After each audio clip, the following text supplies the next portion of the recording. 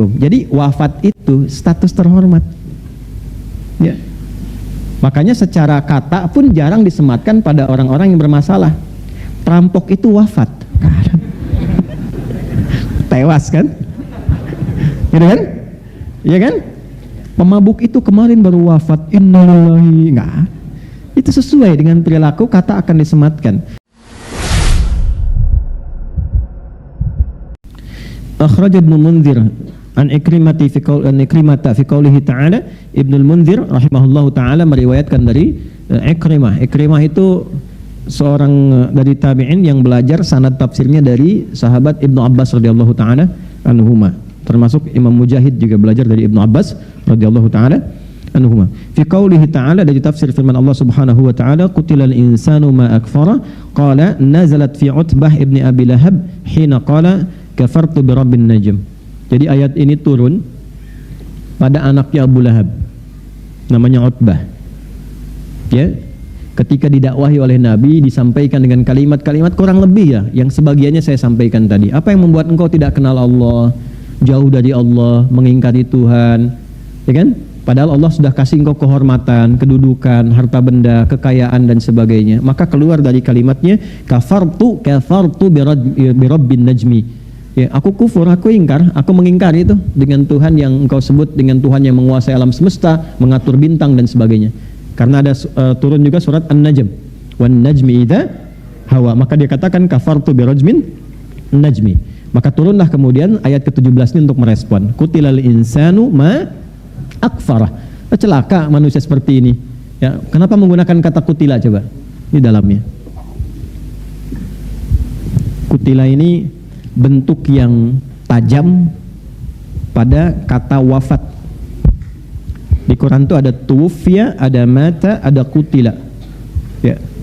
Tuwfiya artinya wafat. Udah jadi bahasa kita, wafat. Tawaffa dari kata tawaffa, wafat. Tawaffa ya tawaffa. Quran surah ke-32 ayat 11 ya, paling kanan sebelah bawah. Quran surah 32 ayat 11. Ini malaikatnya. Qul yatawaffakum malakul mautil ladzi wukkila bikum. Katakan Muhammad, viralkan Muhammad SAW, aku telah menugaskan satu malaikat yang tugasnya hanya mewafatkan saja.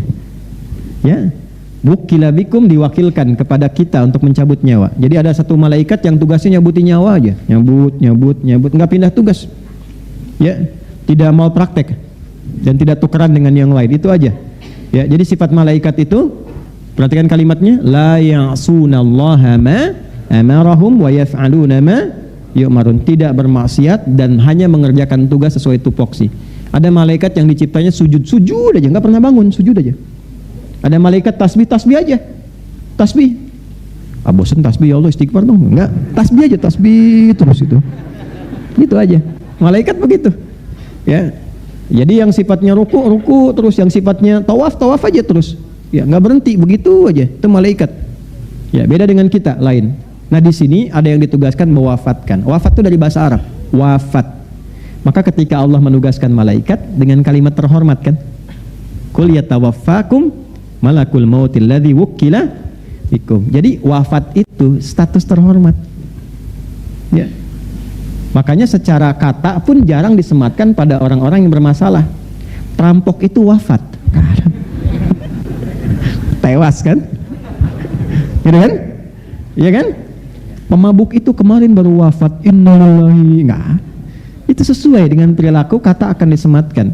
Jadi ketika kata wafat itu disematkan pada malaikat dan mengakhiri kehidupan kita, ingin menunjukkan bahwa kematian itu sesungguhnya sesuatu yang terhormat. Kalau terhormat dipersiapkan nggak?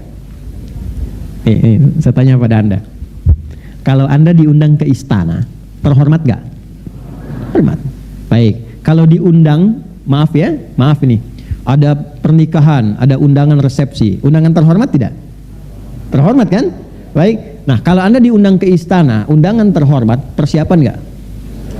Bajunya bagus nggak? Bagus. Kata-katanya kan ditata dulu ya. Nanti mau bicara apa, sikapnya bagaimana, karena kematian itu ditempatkan dalam Al-Quran pada posisi terhormat. Karena kematian terhormat dipersiapkan. Bukan cuma ditunggu datang, dipersiapkan supaya saat pulang pun kita terhormat. Makanya saat dipanggil, saking terhormatnya dipanggil dalam keadaan tenang.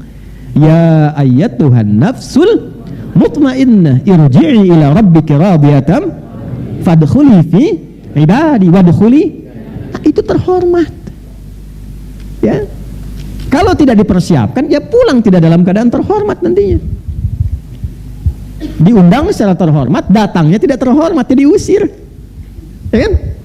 Nah, dapat sikap yang tidak nyaman. Anda berlaku yang tidak wajar, mendapatkan sikap yang tidak nyaman.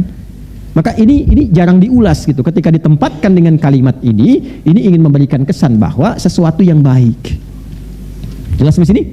Sehingga di Arab itu kalau dikatakan aina fulan tawafathul maniyah,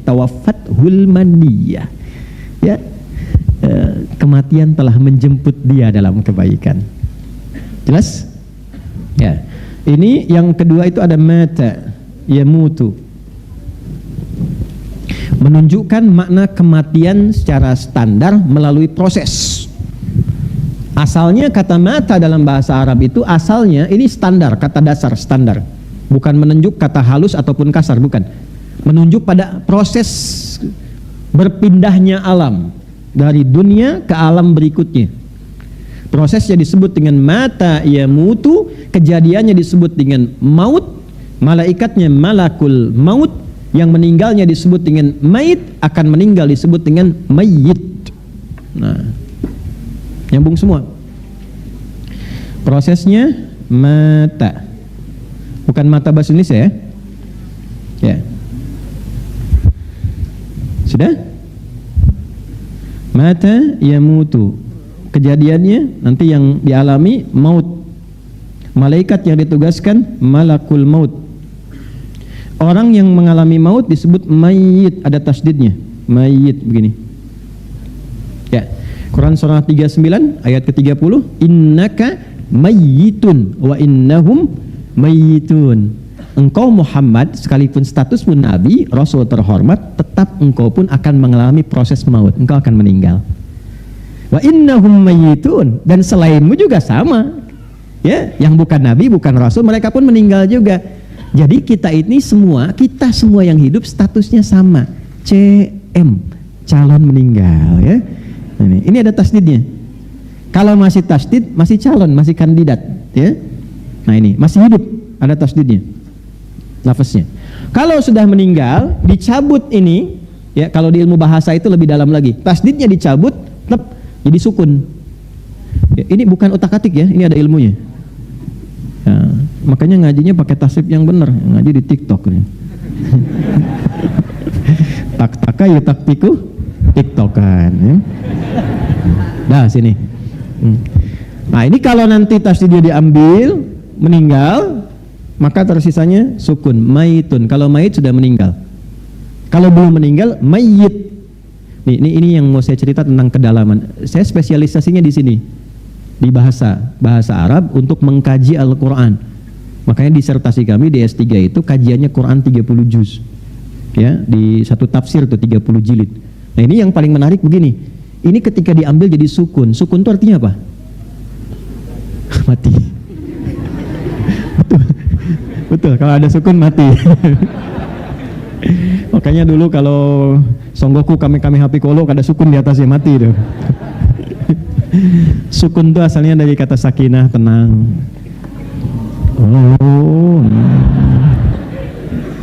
Artinya sukun itu dari kata sakinah, tenang, baik. Maksudnya apa? Usahakan kalau meninggal pun dalam keadaan tenang, keadaan yang baik.